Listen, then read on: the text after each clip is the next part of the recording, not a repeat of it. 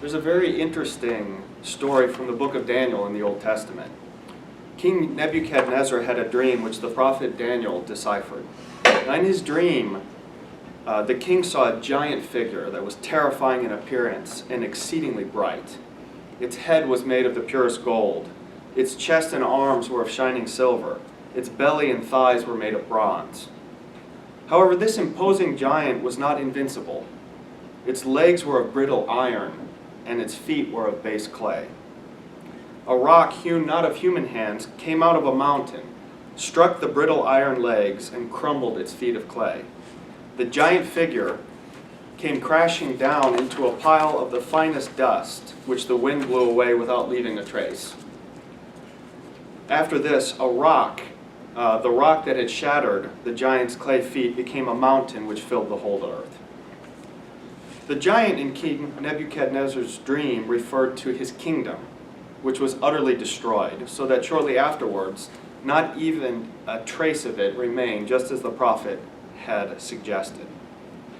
Well, ladies and gentlemen, today we face a similar giant. This giant is not a physical kingdom, but rather an unflinching, immoral, ideological revolution that is ravaging what little remains of Christian civilization in our days. I'm speaking about the homosexual revolution. Now, from our perspective, it looks very much like the giant of King Nebuchadnezzar's dream. It presents itself as having the public behind it. The media scandalously promotes it. Our schools and colleges are the breeding ground for its recruitment. And not even the sanctuary of the family is safe from its onslaughts. These are the giant's golden head, chest and arms of silver, belly and thighs of bronze, and the giant is terrifying indeed. However, it's not invincible. This revolution stands on feet of clay. The majority of Americans don't want the implementation of the homosexual agenda. It has no basis in natural law, and its justifications are all based on lies concerning the nature and the origin of homosexuality. It drastically overestimates the percentage of the population that is homosexual, and it paints a romantic picture of the homosexual lifestyle. These are the giant's feet of clay. As faithful Catholics, we have an obligation to fight this giant, to expose its clay feet. In order to do this effectively, there are three things that we should know. First, we should know who's behind the homosexual movement. Second, what are its weaknesses? And last, what are the strengths that we have? Well, I have to mention right now, before going on, that all of the argumentation in this talk, or most of it at least, comes from this book, which we published in 2004, called Defending a Higher Law: Why We Must Resist Same-Sex Marriage and the Homosexual Movement. So if you want to get a better understanding of the topics I discussed, the best source I can suggest to you is this book. Now, I hope to briefly touch on each of these three topics this afternoon. Who's behind the homosexual movement? What are its weaknesses, and what are our strengths? Please bear in mind that this is an extremely important thing for us to know so that we can be effective in our struggle against this revolution, which is trying to change the morality of our society. So first, let's take a look at who's behind the homosexual agenda. Now, to understand who's behind it, we must first of all understand that this is an organized movement we're talking about. This isn't scattered radicals. It's a very strong organization behind this, pushing this ahead. For the first time in the Christian West, and perhaps the first time in the history of the world, society faces an organized, visible movement of avowed homosexuals who not only boast of their vice, but attempt to impose their ideology on society. Now, obviously, there have been times in which scattered groups of influential homosexuals left their mark. For example, during the Renaissance, several artists and writers promoted sodomy in their works. In ancient Greece, homosexuality was widely accepted. However, the homosexual movement that we face today dwarfs all of these. So let me define exactly what I mean by the homosexual movement.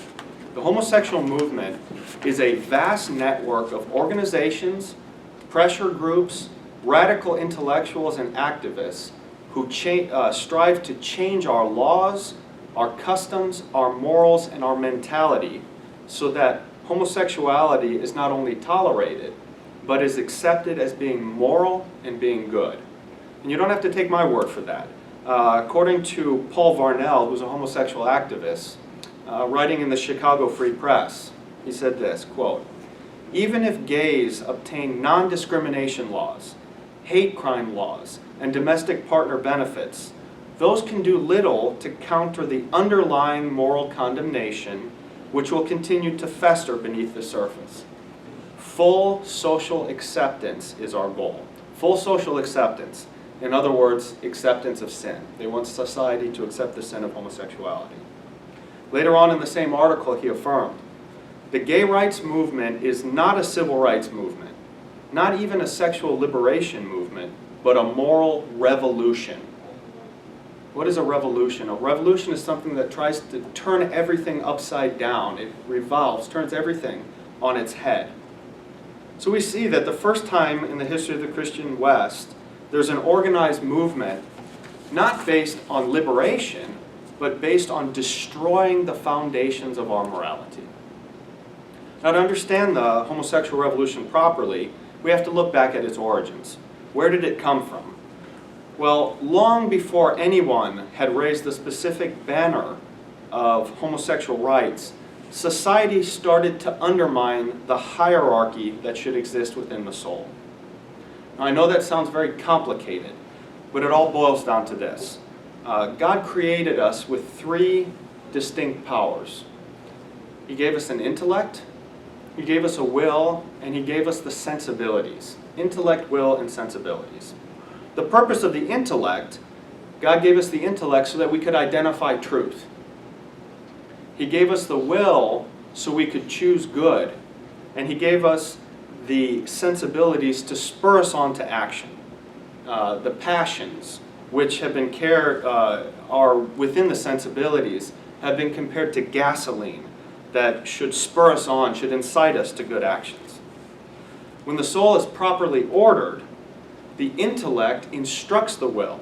In other words, it identifies truth and shows the will what it should choose. The will, in turn, should control the sensibilities. It should support the good movements of the sensibilities and curb the bad ones. This is a very pronounced hierarchy of functions in the soul. And when it's properly ordered, it gives rise to the proper ordering of the soul. It gives rise to good people. I'm going to stop right now because the Lunas are walking in and it's a good place to stop. And then I'll start up again there. I'll cut it out editing afterwards. Don't worry about it. Oh, you saw the coming? Yes. Someone's coming in. How are you? How are you doing, Mr. and Mrs. Luna? Good to see you. It's open? No, I just started because nobody had shown up yet. Oh, okay. Hello, how are you? How are you? Fine, thank you.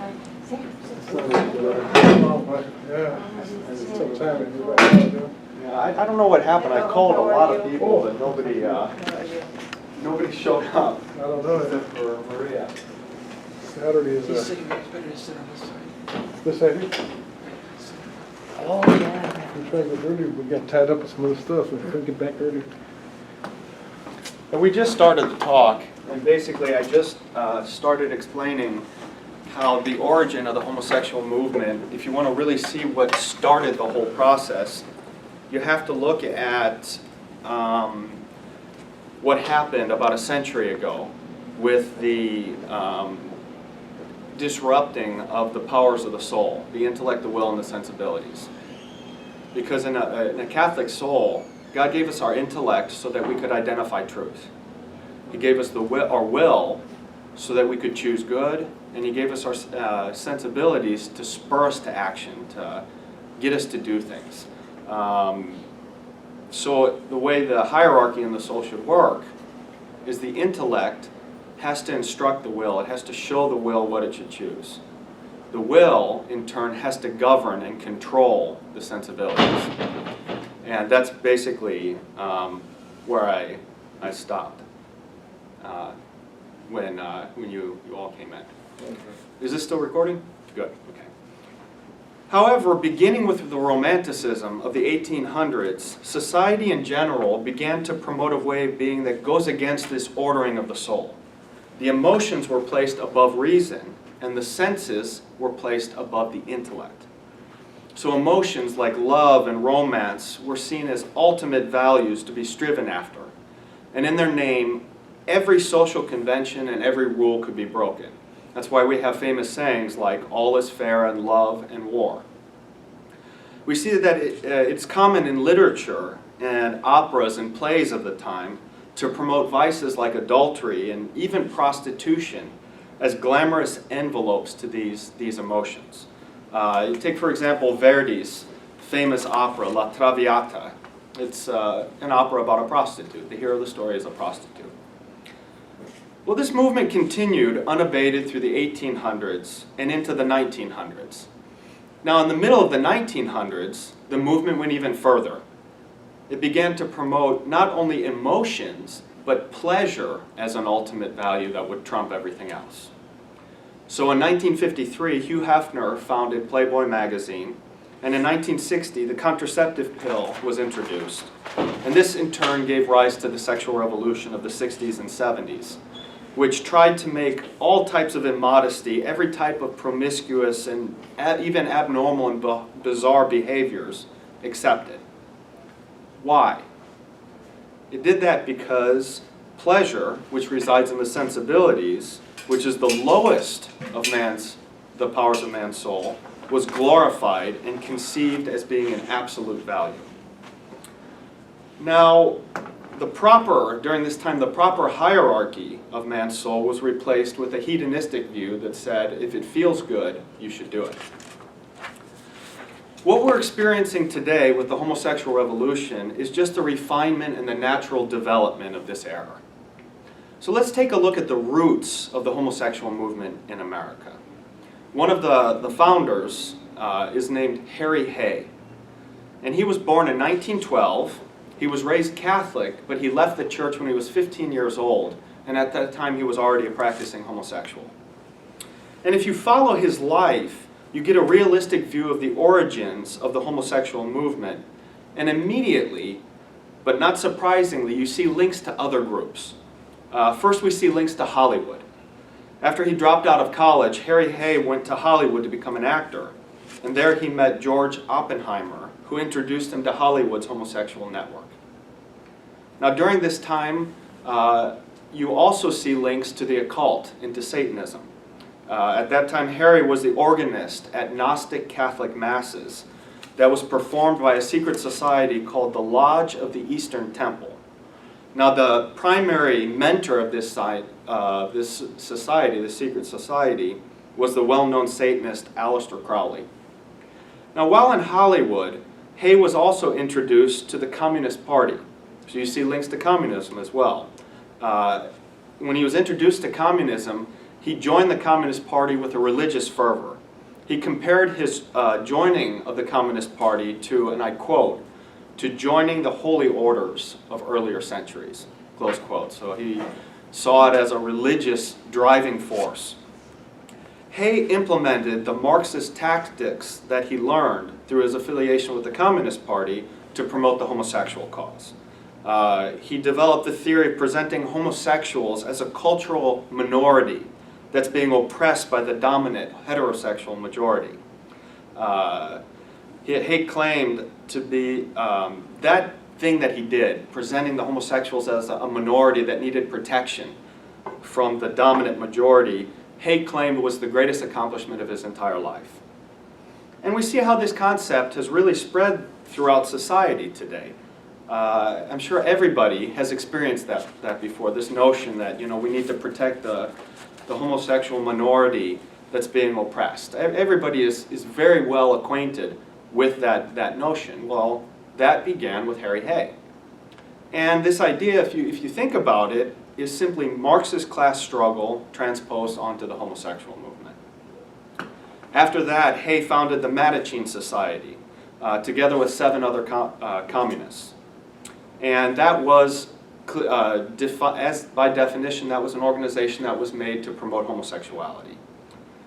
Stuart Timmins, who's a homosexual activist who authored a book called The Trouble with Harry Hay, said this about that movement. He said it was unarguably the beginning of the modern gay movement. So that was the real inception of the movement.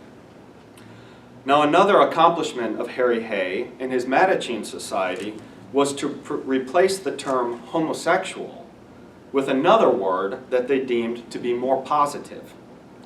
Now, at first the group tried to introduce the word homophile, which means love for the same, but it didn't take, it didn't grasp. So after that, they chose another word, which was the word gay, calling homosexuals gay. And that notion of referring to homosexuals as gays was begun with this society. It was another great accomplishment, because someone who's gay is someone who's happy, who's affable. And they just hijacked the word and applied it to homosexuals. And in reality, the homosexual lifestyle has nothing to do with being happy, being jovial. It has to do with people that are committing a sin that, according to St. Pius X, cries out to heaven for vengeance. And that's why I don't use the term gay when I refer to homosexuals. I call them homosexuals.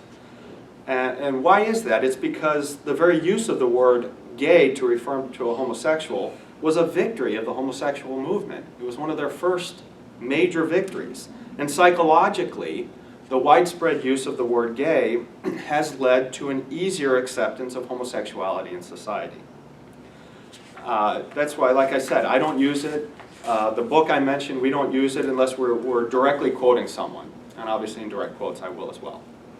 So through the rest of his life, Harry Hay championed for homosexual rights. At a certain point, he asked to be expelled from the Communist Party because he was so radical, he was afraid he was going to give the communists a bad name. They accepted his resignation, but they acknowledged him as, quote, a lifelong friend of the people.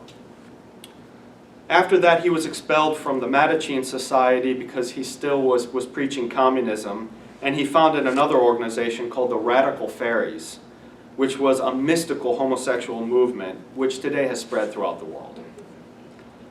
So enough about the origins of the homosexual movement. Let's see how that movement exists today. Today the world is chock full of organizations that promote homosexuality, and the numbers of these organizations is growing extremely rapidly.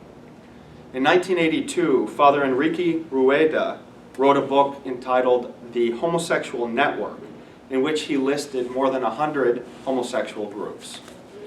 14 years later, in 1995, Dr. Charles Socarides wrote, quote, I have heard estimates as high as 14,000 individual chapters for various national and regional gay and lesbian associations, close quote. Some have an international scope, like Interpride. They have chapters as far away as Zimbabwe. It has pro-homosexual demonstrations planned in 26 different countries. And it was the organization that organized the infamous World Pride March in Rome in July of the year 2000, which many of us remember. There are other organizations that were founded to influence politics and legislation. You have Lambda Legal Defense, which turned the arrest of John Lawrence and Tyrone Garner for the crime of sodomy into a cause célèbre.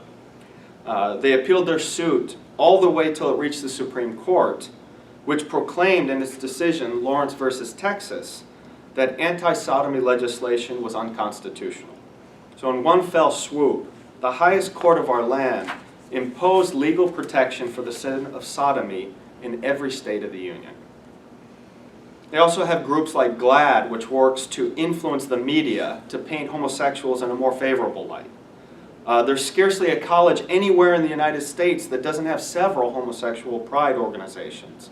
And not one of the world's major religions are free of at least one group that promotes the acceptance of homosexuality. Very unfortunately, this includes the Catholic Church. I'm sure many of you have heard of Dignity USA, New Ways Ministry, Call to Action, the Conference of Catholic Lesbians, Inc., or the Rainbow Sash Movement. All these were formed by Catholics, and they strive to force the Catholic Church to accept the sin of sodomy. Well, these diverse groups are very well organized and disciplined. In 1989, two Harvard-educated homosexuals, Marshall Kirk and Hunter Madsen, wrote a book called After the Ball: How America Will Conquer Its Fear and Hatred of Gays in the 1990s. It's interesting, their title, After the Ball, what does that mean? What it meant was they saw President Bill Clinton, who was coming in at that time, to be the champion of homosexual rights. We all remember that he tried to strike down the ban on homosexuals in the military. So after the ball meant after the presidential ball, after his inauguration, what are we going to do? How are we going to strategize? So this book is literally a homosexual manifesto for the 1990s. And when you read it, it's amazing. You can see that since that time, society has worked entirely upon the principles that they laid out in this book. So in this book, they divide the American people into three main groups, and they outline tactics that should be used to accomplish very specific goals for each of these groups. So these three groups were those vehemently opposed to homosexuality. And the tactic to be used with them was to isolate them and to silence them. 2, undecided America. The tactic was desensitize them to the sin, jam them and convert them. And then 3rd were those friendly to the homosexual movement. And the tactic to be used with them was to mobilize them, to get them moving. Now in their estimation, the most important of these three groups was the undecided America. So their main focus was to work on average Americans to promote what they called, quote, sweeping social change, close quote.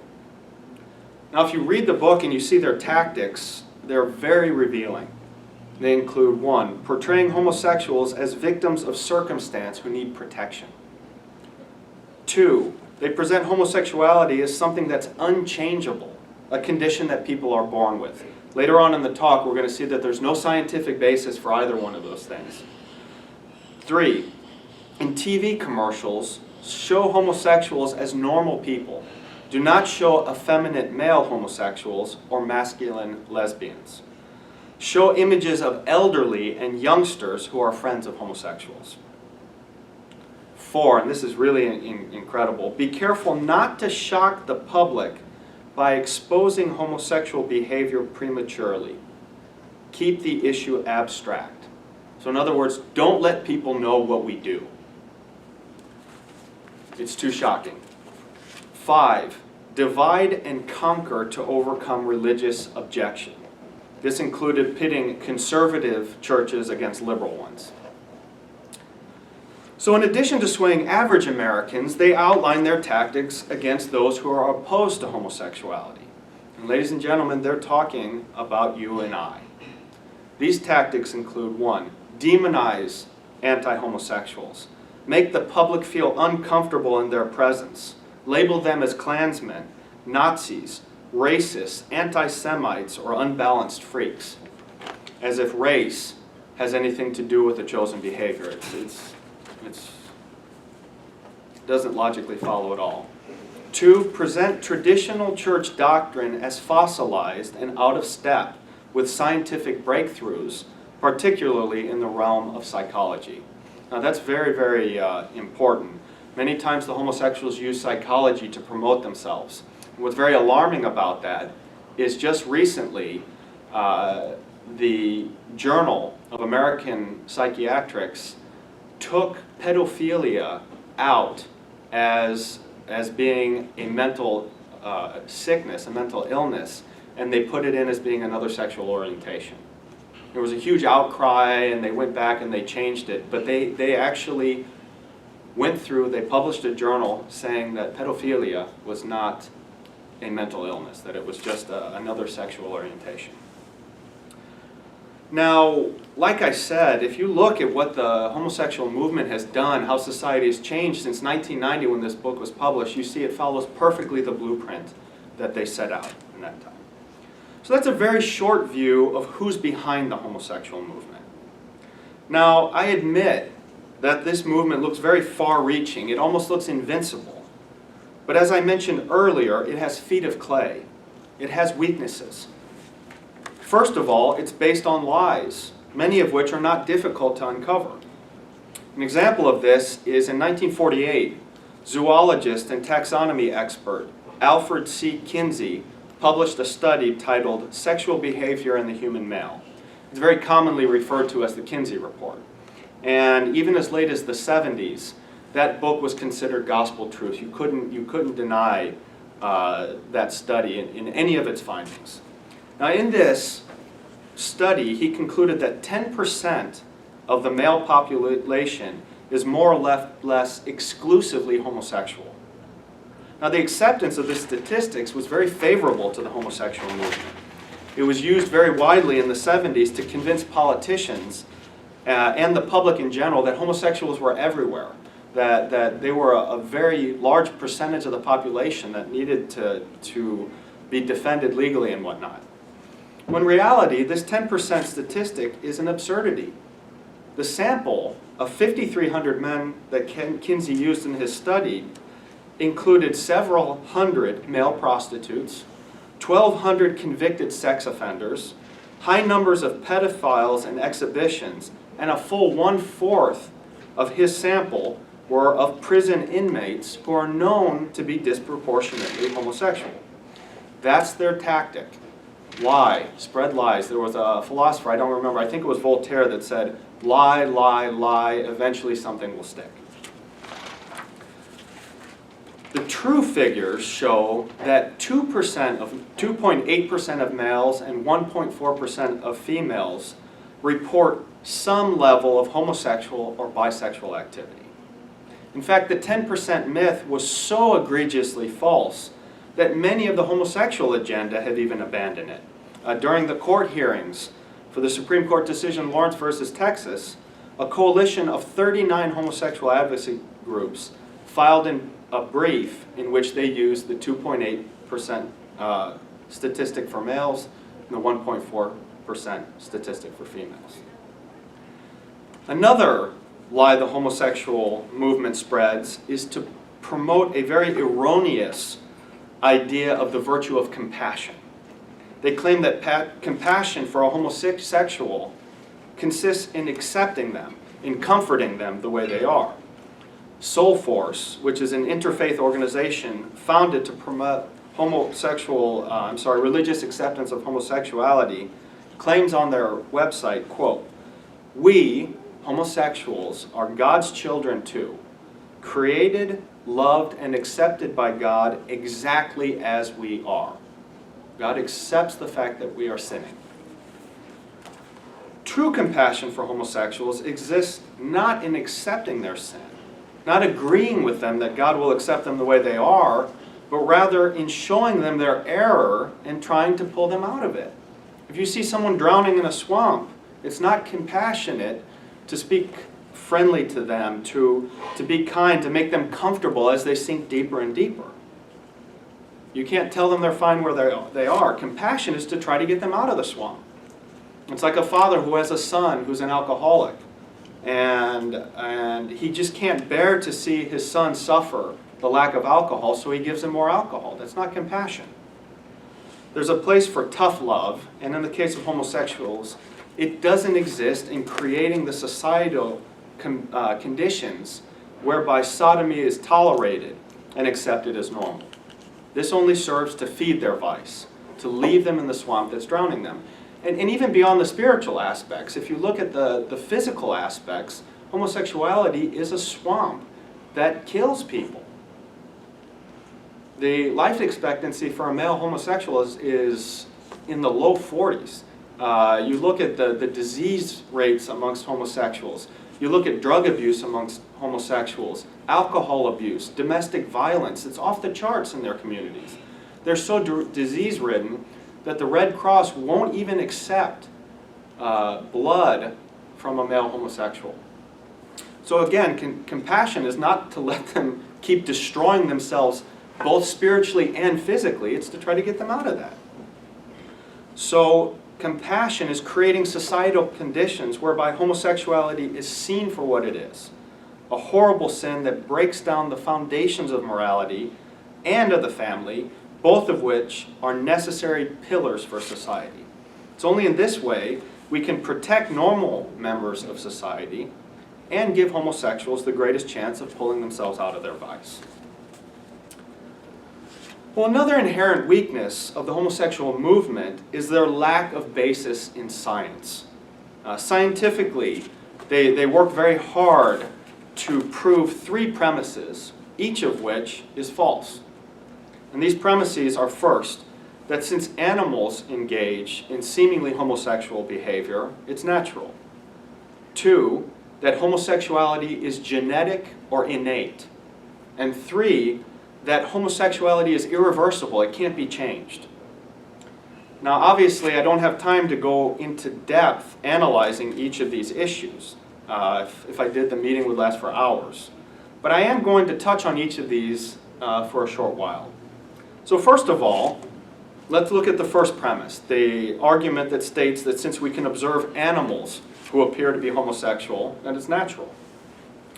Well, the first error of this argument is that if we hold up animals as the models of what is natural for men, we have to accept things like cannibalism and filiacide, that's killing of one's offspring, as part of human nature as well. Anybody who spent time around cats knows that sometimes after a cat has a litter, the tomcat returns and slaughters the kittens. Sometimes he even eats them. So if on the basis of animal behavior we accept homosexuality, shouldn't we also accept cannibalism and filiacide? I have a fish tank. As soon as a fish gets sick or if a fish dies, what do the other fish do? They gather around and they eat him. Is that normal activity for humans? I don't think so. Nevertheless, we could ask, if animals are ruled by their instincts and no instinct towards filiacide or cannibalism exists, why do some animals engage in that type of behavior? And the answer to it is very fascinating. It's very interesting. Animal thought is purely sensorial. They don't reason. It's limited to sounds, odors, touch, taste, images. These in turn trigger different instinctual reactions. Now, because animals are incapable of reason, they don't separate these sensorial feelings from their surroundings. When their senses trigger different instinctual responses, they act according to whichever instinct pulls the hardest. So you take the example of the tomcat that returns and slaughters its offspring. Female house cats have an extremely strong instinct to play. God gave them this instinct so they wouldn't harm their kittens. Tomcats, on the other hand, have a much stronger hunting instinct. Their hunting instinct is much stronger than their play instinct. Now, what makes the matter worse is that kittens are the same size as their usual prey. They both have high-pitched voices, and they both move with fast and erratic motions. Therefore, sometimes when a tomcat is playing with his kittens, his instincts switch to the stronger hunt mode. Since he can't reason out why he shouldn't kill his kittens, he treats them like his prey, kills them, and sometimes even eats them. In the world after original sin, there are a lot of imperfections like this in nature, but it doesn't mean that tomcats have some sort of cannibal instinct. And it definitely doesn't mean that cannibalism should be considered normal for human beings. Seeming homosexual behavior in animals stems from this same mixed signal of different instincts pulling in different ways. And there have been many studies that have shown this. These studies, like I said, are cited and explained in our book. As to the origin of homosexuality, time and again, scientists have tried to prove the existence of a physical or medical cause for homosexuality, and every single time their tests have been inconclusive. On the other hand, there's a lot of evidence to suggest that homosexuality is not a physical condition. For example, many scientists have tried to prove that homosexuality is genetics, but if it were, you'd expect that identical twins who have the same genetic code would always have the same orientation. They don't. One of the most misunderstood studies that tried to prove a physical cause for homosexuality was carried out by a scientist named Dr. Simon LeVay. His study, which is everywhere amongst the homosexual movement, his study found, quote, subtle but significant differences, close quote, between the brain structures of homosexual and normal men. From this he concluded, quote, this finding suggests that sexual orientation has a biological substrate, close quote. Now from this, homosexual activists trumpeted his findings throughout the world, claiming their orientation was an unchangeable condition that they were born with. However, this could not be further from the truth. This notion is so false that Dr. LeVay himself felt compelled to qualify the findings of his study. In 1993, he wrote this, quote, to many people, finding a difference in the brain structure between gay and straight men is equivalent to proving that gay men are born that way. Time and again, I have been described as someone who proved that homosexuality is genetic, or some such thing. I did not. My observations were made only on adults who had been sexually active for a considerable period of time. It is not possible, purely on the basis of my observations, to say whether the structural differences were present at birth and later influenced the men to become gay or straight, or whether they arose in adult life, perhaps as a result of the men's sexual behavior, close quote. So what he's saying is that our activity, the types of behavior we engage in, changes our brain. Science has known this for a long time. They call it the elasticity of the brain. The whole structure of the brain, the chemistry of the brain, changes according to the types of behavior someone engages in. And like I said, science has known this for a long time. Dr. A. Dean Bird, who's a neuroscience professor at Berkeley, stated this, quote, I'm sorry? Would you like some water or coffee? Would anyone like water or coffee? Coffee or something to drink? Just water would be fine. Just Yeah. water? Just water? Yeah. All right. Yeah, 3 waters, thank you. He said this, quote, when somebody engages in a particular act repeatedly, certain neural pathways in the brain are strengthened. Since the brain is a physical organ, when these neural pathways are strengthened, it is reflected in the chemistry of the brain. Somebody who repeatedly plays basketball will have a different brain than someone who studies rocket science. Likewise, a homosexual person's behavior likely causes different resulting brain structures. Studies, such as LeVay's, even if conclusive, show only what science already knows about the brain, close quote. Now, as to the idea that homosexuality is irreversible, there are entire organizations, such as Courage, that exist to cure homosexuals. These groups are staffed by experts in psychology and psychiatry who have cured many homosexuals, many of which have gone on to lead normal lives, even raising families. The results they have, it's curious, when they look at the results that organizations like Courage have, it perfectly mimics the results of the curing or treatment of other mental problems, like depression or anxiety. The typical rule, as far as I understand, is you have a 1/3, 1/3, 1/3. 1/3 of the people that are treated recover completely, 1/3 recover partially, and 1/3 do not recover at all. It's the same statistics for organizations that try to cure homosexuals. Well, enough about the weaknesses of the homosexual agenda. Let's speak a little bit about the strengths that we as Catholics opposed to the homosexual agenda have. First of all, we have natural law on our side. Just as physical creation is governed by unchangeable laws, such as liquid expands when heated and day follows night, morality is also built upon unchangeable laws, such as do good and avoid evil, and love truth and reject error. These truths are the same always and everywhere. Right is right and wrong is wrong. And this truth is one of the strengths that we have. Now, the modern trend is to contradict this. It's to democratize morality, determine good and evil according to the consensus of the people. Whatever most of the people think has to be what's moral. Now this trend, no thank you, this trend flies in the face of reason, and it left a void in the soul of modern men. Modern man wants solid, unchangeable absolutes to cling to build the structure of his soul upon. And you see the flourishing of this desire in conservative movements amongst the youth, all sorts of things like this. So as Catholics, we have this foundation in natural law. And concerning homosexuality, natural law is entirely on our side. Another strength we have is 2,000 years of consistent church teaching against homosexuality. Beginning with the apostles and continuing to the present day, the church has always and everywhere taught against homosexuality.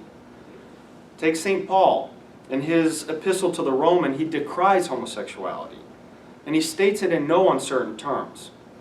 Describing the moral decadence into which the Romans fell, he states, quote, God delivered them up to shameful affections, for their women have changed the natural use into that which is against nature. And in like manner, men also, leaving the natural use of women, have burned in their lusts one towards another, men with men, working that which is filthy, and receiving in themselves the recompense which was due to their error. Close quote. After the apostle, the fathers of the church spoke out against homosexuality, beginning with St. Justin the Martyr, St. Irenaeus in the 2nd century, St. Jerome and St. John Chrysostom in the 4th century, St. Augustine in the 5th, St. Gregory the Great in the 6th. The list goes on and on. In the 11th century, St. Peter Damian, who's also a doctor of the church, wrote a whole book condemning the inroads homosexuality was making into the clergy at the time. St. Thomas of Aquinas, St. Catherine of Siena, St. Peter Canisius continue the thread of Catholic teaching against homosexuality all the way through the 16th century. Church councils and synods have also condemned homosexuality, all the way from the Council of Elvira in Spain, held in 306, to the Fifth Lateran Council in the 16th century. More recently, in 1975, the Sacred Congregation for the Doctrine of Faith published the document Persona Humana, Declarations with Certain Questions Concerning Sexual Morality. And in this, they condemn not only homosexuality, but also the idea that stable homosexual relationships could ever be considered analogous to marriage. Think even civil unions here. In 1993, Pope John Paul II published his encyclical Veritatis Splendor, the Splendor of Truth, which reiterates the traditional teaching of the Church with regards to homosexuality. And in that document, Pope John Paul II affirms that sodomy should never be legalized. Quote, what is not morally acceptable, however, is the legalization of homosexual acts. To show understanding towards the person who sins, toward the person who is not in the process of freeing himself from this tendency, does not at all mean to diminish the demands of the moral norm. Close quote. In 1994, the Catechism of the Catholic Church defines homosexual acts as intrinsically disordered and contrary to natural law. It also classifies them as being among the sins which are, quote, gravely contrary to chastity. Even more recently, in 2003, the Holy See published the document, Considerations Regarding Proposals to Give Legal Recognition to Unions Between Homosexual Persons. And this document makes special mention of the obligations of bishops and politicians to oppose any type of recognition of homosexual unions. It states, quote, there are absolutely no grounds for the considering homosexual unions to be any way similar or even remotely analogous to God's plan for marriage in the family. Marriage is holy while homosexual acts go against natural law, close quote. It goes on to affirm that the recognition of homosexual unions would destroy society. Quote, if from a legal standpoint, marriage between a man and a woman were to be considered just one possible form of marriage, the concept of marriage would undergo a radical transformation with grave detriment to the common good, close quote. Ladies and gentlemen, as we have just seen, it's undeniable that the Catholic Church has condemned homosexuality always and everywhere. To deny this truth is to cease to be Catholic. So we've seen two great strengths that we have in confronting the homosexual agenda. First, we have natural law on our side. And second, we have 2,000 years of unequivocal, uninterrupted church teaching on our side. However, our greatest strength is that we have God on our side. God is the author of natural law. He's the author of chastity. He is the one who's ultimately offended by the sin of homosexuality. And he wants us, his children, to stand up and fight for him. And if we do, we cannot lose. I mean, that's the first rule of the game. God doesn't lose. And St. Paul agrees with me on this point. In his epistle to the Romans, he states, quote, "If God be for us, who can be against us?" Close quote. Now we have to realize this fact, that fighting for God, we cannot lose. God never loses. And we have to remember this when all seems lost and appearances seem to say that all is over. The final victory will belong to God. So let's just very briefly review what we've seen so far. First, we divided the topic into three categories. First, who's behind the homosexual revolution? Second, what are their weaknesses? And third, what are our strengths? Concerning who's behind the homosexual revolution, first we saw that for the first time in the history of the Christian West, and perhaps for the first time in the history of the world, we face a homosexual revolution. We define this revolution as a vast network of organizations, pressure groups, radical intellectuals, and activists who strive to change our laws, our customs, our morals, and our mentality so that homosexuality is not only tolerated, but accepted as being moral and good. We then connected this movement to the Romanticism of the 1800s and the early 1900s, which broke down the proper ordering of the soul, in which the intellect directs the will, and the will in turn governs the sensibility. It did this by emphasizing emotions over reason and the senses over the intellect. This romantic movement was distilled in the second half of the 1900s to promote not only emotions over reason, but pleasure over reasons. This movement gained momentum with the founding of Playboy magazine in 1953 and with the introduction of the contraceptive pill in 1960. It continued with the sexual revolution of the 60s and 70s, which could be summarized in the maxim, if it feels good, do it. We then discussed the origins of the homosexual movement in America with one of its founders, Harry Hay. We saw links to Hollywood, secret societies, the occult, Satanism, and communism. We saw how the acceptance of the term gay rather than homosexual was part of an orchestrated effort to break the stigma which society had attached to homosexuality. We saw the international web of groups promoting homosexuality in all sectors of society. We saw how these organizations strive to influence law, education, media, religions, and ultimately even the Catholic Church. We saw how organized and disciplined these movements are. We outlined some points from the book, After the Ball, which was intended to be a blueprint for the promotion of the homosexual movement in the 1990s. We saw how they divided the American people into three groups and assigned specific goals for each group. Regardless of whether or not a majority of those in the homosexual movement read After the Ball, as such a blueprint, history has shown it that it was the blueprint that was followed. We then moved on to point 2, in which we discussed the weakness of the homosexual movement. We saw, first of all, that it's based on lies. We exemplified this with the myth that 10% of the male population is homosexual, and with the false conception of the virtue of compassion. We then saw the weakness of the scientific argumentation. We explained how there's no such thing as a homosexual instinct in animals. And even if there were, we can't define what's natural for man by observing the behavior of animals.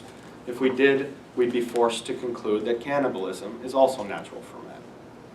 We spoke of the utter lack of scientific evidence to suggest that homosexuality is genetic or a physical condition. Even the famous study of Dr. LeVay was inconclusive as to finding a cause for homosexuality, but merely identified the long-known fact that brain chemistry and brain structure is formed by behavior. We then touched briefly on the reality that homosexuality can be cured. There are many cases in which homosexuals have been cured and went on to lead normal lives, even raising families. Last, we spoke of our strengths in the struggle against homosexuality. The first strength we have is that we have unchanging natural law on our side. Modern attempts to democratize morality have left great longings in the soul of man for absolutes, which can be filled by a proper understanding of natural law. We also have 2,000 years of consistent Catholic teaching on our side, dating all the way back to the apostles until our very days. The Church has continuously taught against homosexuality. Last and most important, we have God on our side. And as St. Paul said, if God be for us, who can be against us? Now, before I move on to the conclusion, does anybody have any questions about anything we went through? Questions or comments? You're saying that organization is, it was started in the 1800s or the 1900s, right? By Yeah, the 1800s, yeah. Romanticism. Romanticism. But Ray, Yes.